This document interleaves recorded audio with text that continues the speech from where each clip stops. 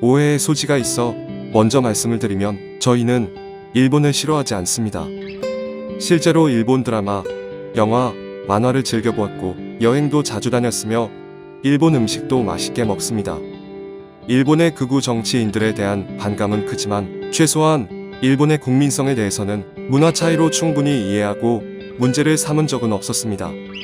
흔히들 말하는 혼내와 다테마에도 좋다 나쁘다 보다는 그네들의 문화적 특성으로 이해하고 있습니다. 하지만 후쿠시마 방사능 사태부터 최근 코로나 사태까지를 보며 일본의 심각한 국민성 하나를 지적하고자 합니다. 일본 속담에 냄새나는 것에 뚜껑을 덮는다 라는 것이 있습니다. 말 그대로 더러운 사실을 해결하는 것이 아니라 감추기 위해 임시방편으로 은폐한다는 뜻입니다. 이 속담을 후쿠시마와 연결해 보겠습니다. 일본의 정치인들과 그들의 일방적인 정보를 믿는 국민들을 제외한 상식적인 사람들은 대개 후쿠시마의 상황이 여전히 현재 진행 중이라는 의심을 거두지 않고 있습니다. 그들이 발표하는 방사능 수치에 대해 실제적 상황을 그대로 믿는 외부인은 아마 드물 것입니다.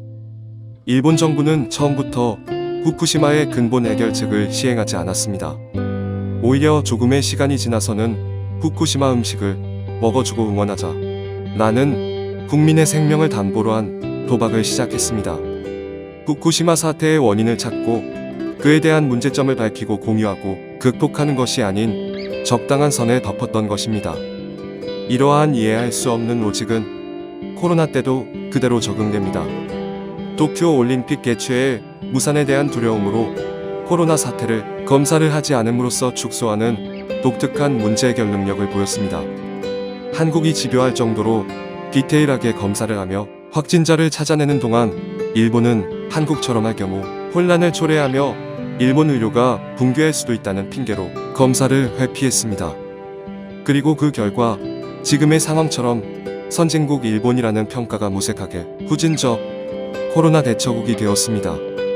냄새나는 것에 뚜껑을 덮는다 라는 말 자체는 국민성을 뜻하는 것이 아닐 수도 있습니다. 우리말 속담 중 눈 가리고 아우만다와 결을 같이 하는 말이기도 합니다. 하지만 저 속담이 일본 특유의 와해 정신 또는 민폐를 끼치면 안 돼 등의 습관과 맞물려 이러한 결과를 만들어내는 것입니다. 일본은 기본적으로 조화와 어울림을 중요시합니다. 즉, 튀면 안 됩니다. 문제 해결보다 평화를 깨지 않는 것이 더 중요합니다. 당신은 확진자입니다.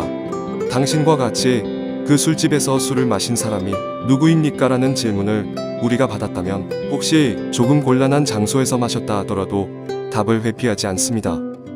하지만 일본인은 회피합니다. 자신의 말이 같이 마신 상대에게 폐를 끼칠 수 있기 때문입니다. 남에게 폐를 끼치지 않는 문화야 당연히 훌륭한 문화겠으나 상황의 중요도에 따른 융통성은 최소한 발휘되어야 합니다. 이런 이유로 일본은 내부 고발자가 거의 나오지 않습니다. 나의 내부 고발은 맞고 틀리고가 중요한 게 아니라 내 집단에게 폐를 입힐 수 있기 때문입니다. 즉, 그와 같은 냄새나는 상황은 냄새의 원인을 찾는 것이 아니라 뚜껑을 덮어 해결해야 되는 것입니다. 일본은 사랑의 불시착류의 드라마를 만들기 쉽지 않을 겁니다.